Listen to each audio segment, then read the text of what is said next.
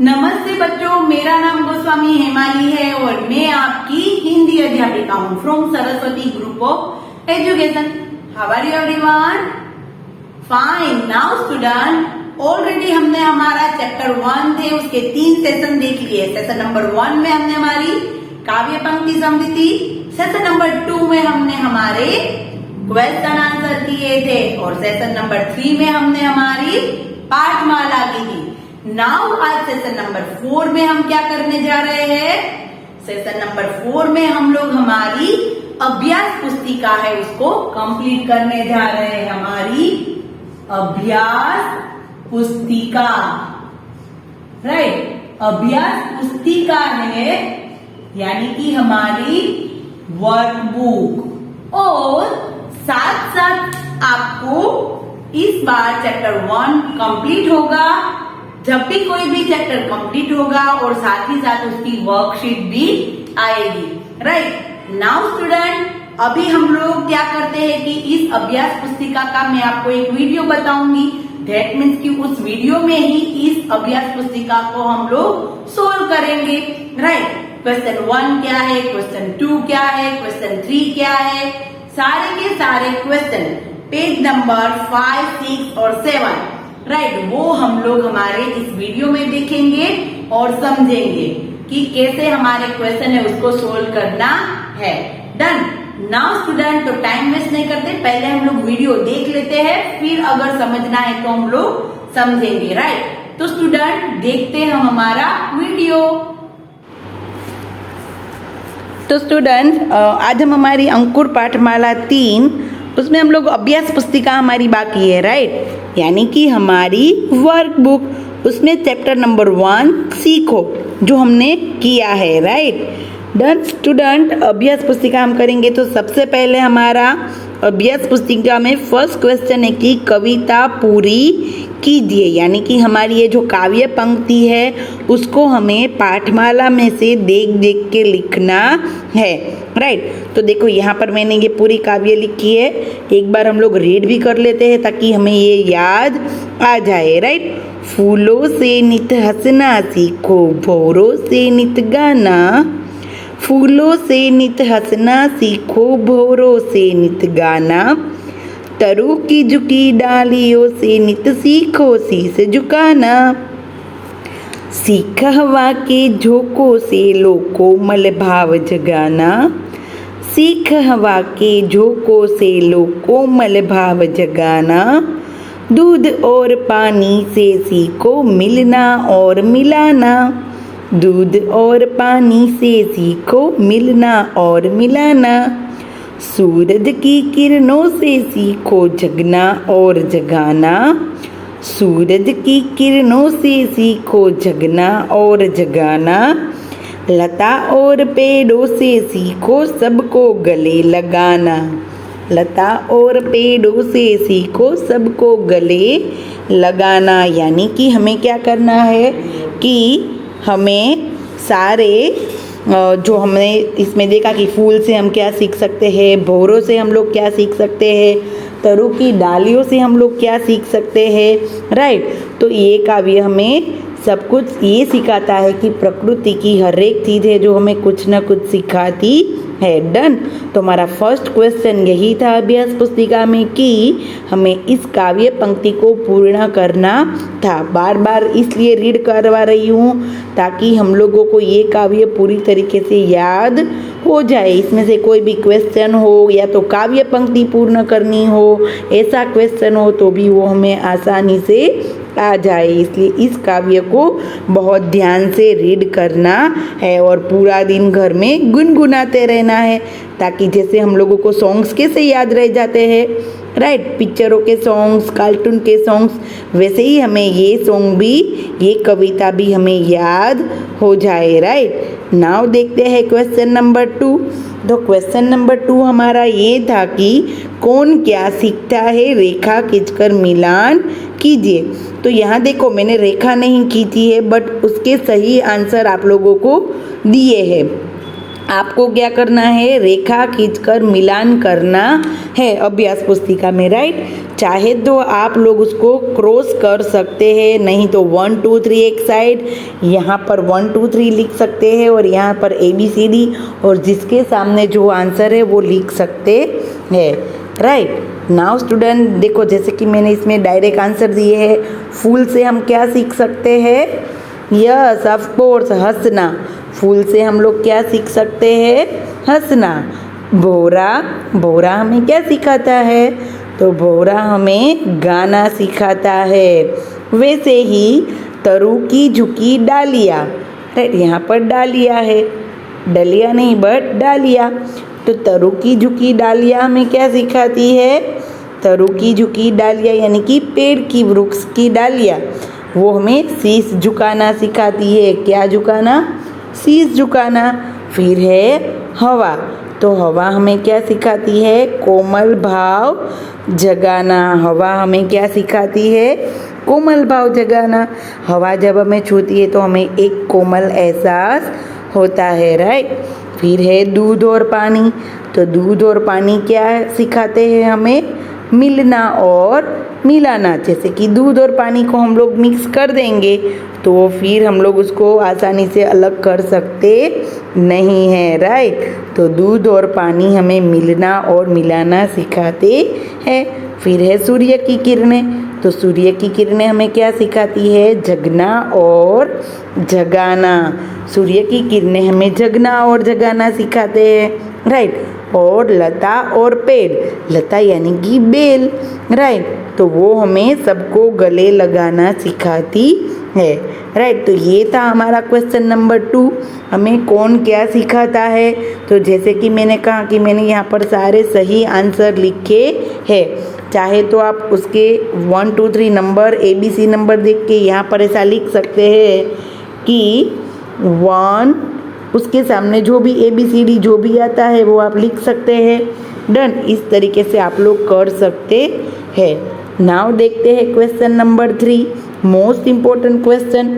सबसे पहले तो हमें जैसे कि पता है कि अगर आ होगा स्वर तो उसका चिन्ह कैसा होगा? Standing line. अगर छोटा ऊ होगा तो उसका चिन्ह होगा इस तरीके से। अगर बड़ा ऊ होगा तो उसका चिन्ह होगा ऐसे। अगर ओ होगा, राइट, तो हमें पता है कि उसका चिन्ह ऐसे होगा, राइट। तो हमें यहाँ पर क्या दिया है? रू, तो रू का चिन्ह होता है इस तरीके से, राइट। हमें नीचे वर्ण के नीचे ऐसे करना होता है। डन, कैसे करना है? सबसे पहले तो देखो यहाँ पर प कैसा दिया है? प के नीचे क्या दी है? एक लाइन दी है, यानी कि ये प है वो कैसा है? आधा है। कैसा है? आधा, यानी कि इसके अंदर कोई भी स्वर नहीं है, नहीं तो नहीं अ है, नहीं रू है, कुछ भी नहीं है। तो यहाँ पर हमें दिया है प प्लस रू। क्या दिया है? प प्लस रू दिया है, तो क्या बनेगा? प्रू। क्या बनेगा? प्रू, राइट। वैसे ही अगर हमें ग प्लस रू देंगे तो उसका क्या बनेगा? ग्रू, राइट। तो इस तरीके से पूरी वर्णमाला में कोई भी वर्ण ले लो, म प्लस रू, तो उसका क्या बनेगा? मृ, राइट। तो ये आपको याद रखना है कि इसका चिन्ह इस प्रकार होता है। डन, तो यहाँ पर प प्लस रू, तो क्या बनेगा? प्रू। क्या बनेगा? प्रू। फिर है थ और वी, तो थ कैसा है? हाफ है, उसके नीचे खड़ी लाइन की है, राइट। तो इसका मतलब कि ये आधा है और इसके साथ कोई ओ नहीं दिया है, तो हम लोग पूरा थ कर देते, बट यहाँ पर उसके साथ डायरेक्ट क्या दे दिया है? हमें वी दे दिया है। क्या दिया है? वी, यानी कि इसको इसके साथ ज्वाइन करना है। तो फिर हमारा शब्द क्या बनेगा? पृथ्वी। क्या बनेगा? पृथ्वी। फिर है क प्लस रू, तो जैसे कि मैंने कहा क प्लस रू, तो क्या बनेगा? क्रू। देखो यहाँ पर बना क्रू, और फिर पा तो दिया ही है तो पा लिख देना है, तो क्या हो जाएगा? कृपा, राइट। उसके बाद जैसे कि अभी मैंने एग्जाम्पल दिया था ग प्लस रू, ग प्लस रू, तो क्या बनेगा ग्रू। और उसके साथ ह दिया है सिंपल, तो बन गया हमारा ग्रूह। उसके बाद है क प्लस रू, तो क्या बनेगा क्रू। और ती तो दिया ही है तो बन जाएगा क्रूती। फिर उसके बाद दिया है स प्लस रू, सृजन, सृजन यानी कि अच्छा इंसान, सज्जन, राइट, उसको कहते हैं सृजन। फिर हमें क्या दिया है न प्लस रू, तो क्या बनेगा नृ। और प तो हमें दिया ही है, राइट, तो क्या बनेगा नृप। ओके, तो याद हमें सिर्फ क्या रखना है, यहाँ पर रू दिया है जहाँ जहाँ, उसके आगे के वर्ण में हमें इस तरीके से चिन्ह लगाना है जैसे कि यहाँ पर हमें दिया है। डन। तो ये समझ में आ गया आप लोगों को। जब वर्ण विच्छेदन पूछा जाएगा कि वर्ण को अलग करो, जैसे कि आपको ऐसे कृपा दिया है, राइट, अगर आपको कहा जाए कि इस कृपा शब्द को अलग करो तो हम क्या करेंगे, क प्लस रू प्लस प प्लस आ, तो क्या बनेगा कृपा, राइट। तो जब हम लोग वर्ण अलग करेंगे तब हमें समझ में आएगा कि ये क्या था, राइट, कि रू की मात्रा का चिन्ह कौन सा है वो हमें याद रखना कंपलसरी है। डन। तो ये था हमारा क्वेश्चन नंबर 3। जहाँ जहाँ भी हमें रू दिखाई दिया उसकी जगह पर हमने उसका चिन्ह लगा लिया और नए शब्द बना लिए। नाउ देखते हैं क्वेश्चन नंबर 4। तो क्वेश्चन नंबर 4 तो क्या है, समान अर्थ वाले दो दो शब्द लिखिए। तो सबसे पहले खास ख्याल रखना है, जैसे कि मैं बार बार बोलती हूँ कि समान और विलोम इन दोनों में खास ध्यान रखना है, हमें विलोम नहीं लिख देने हैं। पृथ्वी तो भूमि या तो धरा, फिर वर्षा, वर्षा यानी बारिश या तो बरसात, राइट, उसके जैसा ही दूसरा अर्थ यानी समान अर्थ वाला शब्द, पृथ्वी भूमि धरा, वर्षा बारिश बरसात, राइट। तो इस तरीके से हमें समान अर्थ वाले शब्द लिखने हैं। नाउ क्वेश्चन नंबर 5, निम्नलिखित अनेक शब्दों के लिए एक शब्द लिखिए। यानी कि हमें अनेक शब्द, एक पूरी लाइन दी है उसको हमें एक ही शब्द में आंसर देना है, उसको कहते हैं अनेक शब्द में एक शब्द। पूरी लाइन हम बोलेंगे नहीं, उसकी जगह हम लोग एक शब्द में सब कुछ कह देते हैं, उसको कहते हैं अनेक शब्द में के लिए एक शब्द। देखो जैसे कि किस तरीके से, जिसका कोई मूल्य न लगाया जा सके, जिसका कोई मूल्य ना लगाया जा सके तो हम कह देते हैं अमूल्य है। क्या है, अमूल्य, हम उसका मूल्य लगा नहीं सकते तो हम इतनी बड़ी लाइन नहीं बोलते, बट उसकी जगह पर एक शब्द बोल देते हैं, राइट। उसी तरह ये देखो, जिसका कोई रंग न हो, जिसका कोई रंग न हो तो हम लोग क्या करते हैं, तो इसका पूरा वाक्य हम बोलते हैं नहीं, हम लोग क्या करते हैं रंगहीन, उसको क्या कहते हैं रंगहीन, राइट। जिसका कोई रंग न हो उसको कहते हैं रंगहीन। फिर कहते हैं कि जो आसानी से मिलता हो तो उसको क्या कहते हैं सुलभ, जो आसानी से मिल जाए उसको कहते हैं सुलभ, और जो आसानी से नहीं मिलता उसको कहते हैं दुर्लभ, राइट। जिसका कोई मूल्य न लगाया जा सके अमूल्य, जिसका कोई रंग न हो रंगहीन, जो आसानी से मिलता हो सुलभ, राइट। तो ये था हमारा क्वेश्चन नंबर 5। नाउ देखते हैं क्वेश्चन नंबर 6। क्वेश्चन नंबर 6 क्या है, वचन बदलिए। इसमें खास ख्याल रखना है कि हमें क्या करना है। सबसे पहले एक किरण, तो एक से हमें ज़्यादा करना है, राइट, एक से हमें ज़्यादा, तो क्या कहेंगे किरणें, बट उसके ऊपर अनुस्वार लगाना कंपलसरी होता है, नहीं तो हमारा रॉन्ग होगा।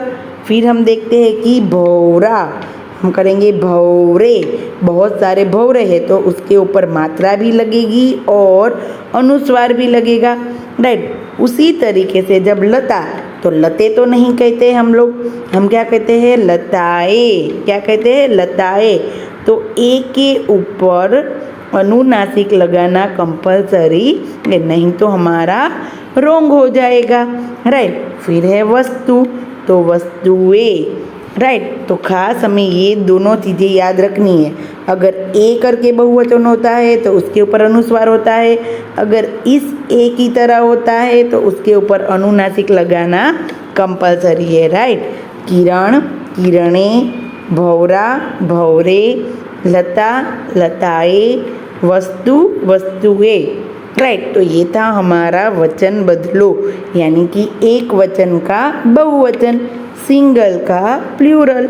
Right. Now student, next question, question number 7। सुंदर अक्षरों में लिखिए, यानी कि हमें एक लाइन दी है, उस लाइन को हमें सुंदर अक्षर से हमारी अभ्यास पुस्तिका में लिखना है।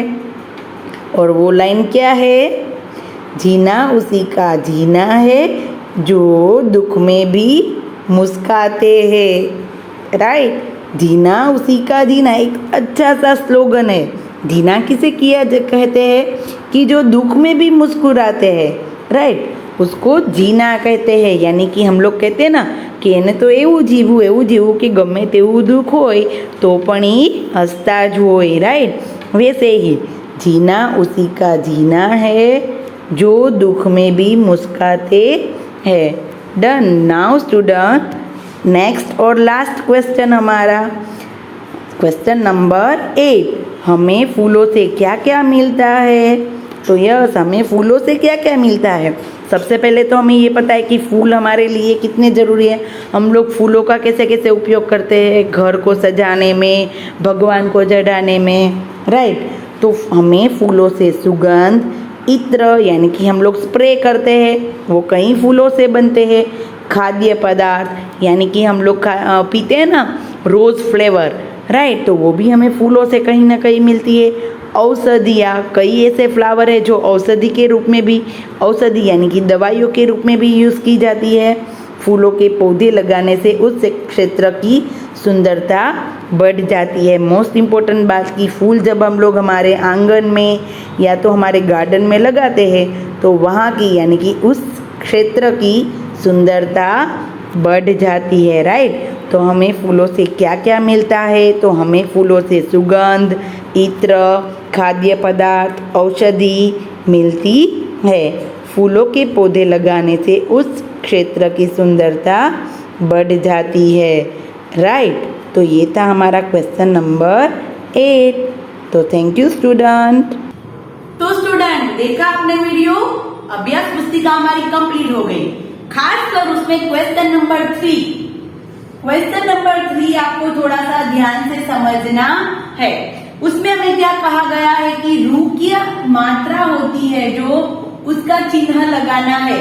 जैसे कि मैंने वीडियो में कहा कि अगर हमें आ की मात्रा लगानी है तो हम लोग स्टैंडिंग लाइन करते हैं, ई की मात्रा लगानी है तो हम ऐसा चिन्ह करते हैं, ऊ की मात्रा लगानी है तो ऐसा चिन्ह करते हैं। वैसे ही जब अगर हमें रू की मात्रा लगानी होती है तो हमें ऐसा चिन्ह करना पड़ता है। राइट। जैसे कि मैंने वीडियो में कहा, वैसे जब हम लोग शब्द वर्ण विच्छेदन करेंगे, जैसे कि हमें यहाँ पर दिया है नृप, नृप यानी कि राजा। राइट। तो हम इसको कैसे करेंगे? न प्लस इसके अंदर क्या छुपा है? रू छुपा हुआ है। क्या छुपा हुआ है? नृ, नृप। तो प तो पता है कि प प्लस अ, ये प के नीचे लाइन नहीं दी है, यानी कि ये पूरा प है।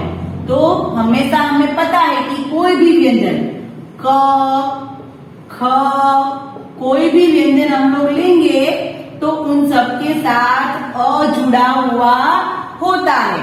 यानी कि कैसे होगा? यानी कि क प्लस अ, तो क्या बनेगा? पूरा क। राइट। हर एक व्यंजन के साथ अ जुड़ा हुआ होता है, सिंपल व्यंजन के साथ।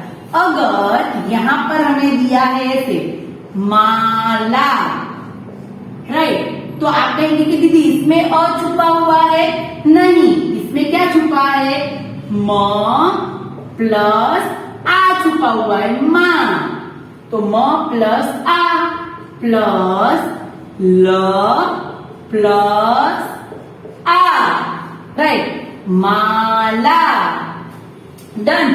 वैसे ही हमें हर एक शब्द में कौन सा स्वर छुपा है वो पता होना जरूरी है, राइट। तो यहाँ पर रू, तो हमने तो उल्टा किया, इसका ऐसा किया, तो हमें पता होना चाहिए रू यानी कि न प्लस रू है, ये सिंपल प है तो प प्लस अ है।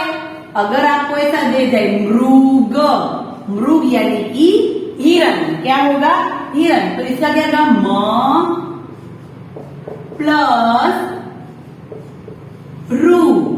देखो ये क्या होता है, खड़ी पाई होती है, खड़ी पाई यानी कि वो अक्षर आधा है, कैसा है, आधा। मृग, ग प्लस अ, इसमें कोई मात्रा नहीं है इसलिए हमने अ लगाया सिर्फ, राइट। मृगा होता तो यहाँ पर आ करते हम लोग, राइट। तो यहाँ पर सिर्फ ये सीखना है कि मृ क्रू कुछ भी दिया है उसका मतलब ऐसा कि क प्लस इसके अंदर रू छुपा हुआ है। डन। तो ये एक क्वेश्चन 3 थोड़ा समझना जरूरी था, और एक क्वेश्चन और भी समझना जरूरी था, वो था क्वेश्चन नंबर 6। उसमें जैसे कि मैंने बोला कि अगर ए वाली मात्रा आती है, जैसे कि हमें एक वर्ण दिया है किरण, राइट। अगर हम लोग इसके बहुवचन करेंगे सिंगल का प्लूरल, तो किरणे, क्या होगा, किरणे। तो अणे के माथे मात्रा भी लगेगी और अनुस्वार भी कंपलसरी लगेगा। फिर है कथा, क्या है, लता, तो लता, तो लता, लते नहीं कह सकते हम लोग, क्या कहेंगे, लताए, क्या कहेंगे, लताए। तो एक के ऊपर अनुनासिक भी लगेगा। अगर ऐसा करेंगे कथा, तो क्या करेंगे, कथाए, क्या करेंगे, कथा ए, और एक के ऊपर अनुनासिक भी लगेगा। डन। तो स्टूडेंट ये था हमारी अभ्यास पुस्तिका का वर्क। नाउ स्टूडेंट हमें क्या करना है, अभ्यास पुस्तिका भी कंप्लीट करनी है, और इस बार आप लोगों को एक चैप्टर 1 एंड वर्कशीट भी मिलेगी जो आप लोगों को कंप्लीट करनी है, राइट। हमने पूरा लेसन समझा है, हमने उसके शब्दार्थ समझे हैं, उसके क्वेश्चन आंसर समझे हैं, हमने उसकी पाठमाला और अभ्यास पुस्तिका भी समझ ली है। तो हम लोगों को इस चैप्टर एंड वर्कशीट है वो पूरी कंप्लीट आनी चाहिए, राइट। उसके आंसर आप लोगों को नेक्स्ट लेक्चर में मिल जाएंगे। डन। तो नाउ स्टूडेंट नेक्स्ट सेशन में मिलते हैं और हमारा नया लेसन है उसको हम लोग स्टार्ट करेंगे। तो तब तक के लिए बाय बाय एवरीवन।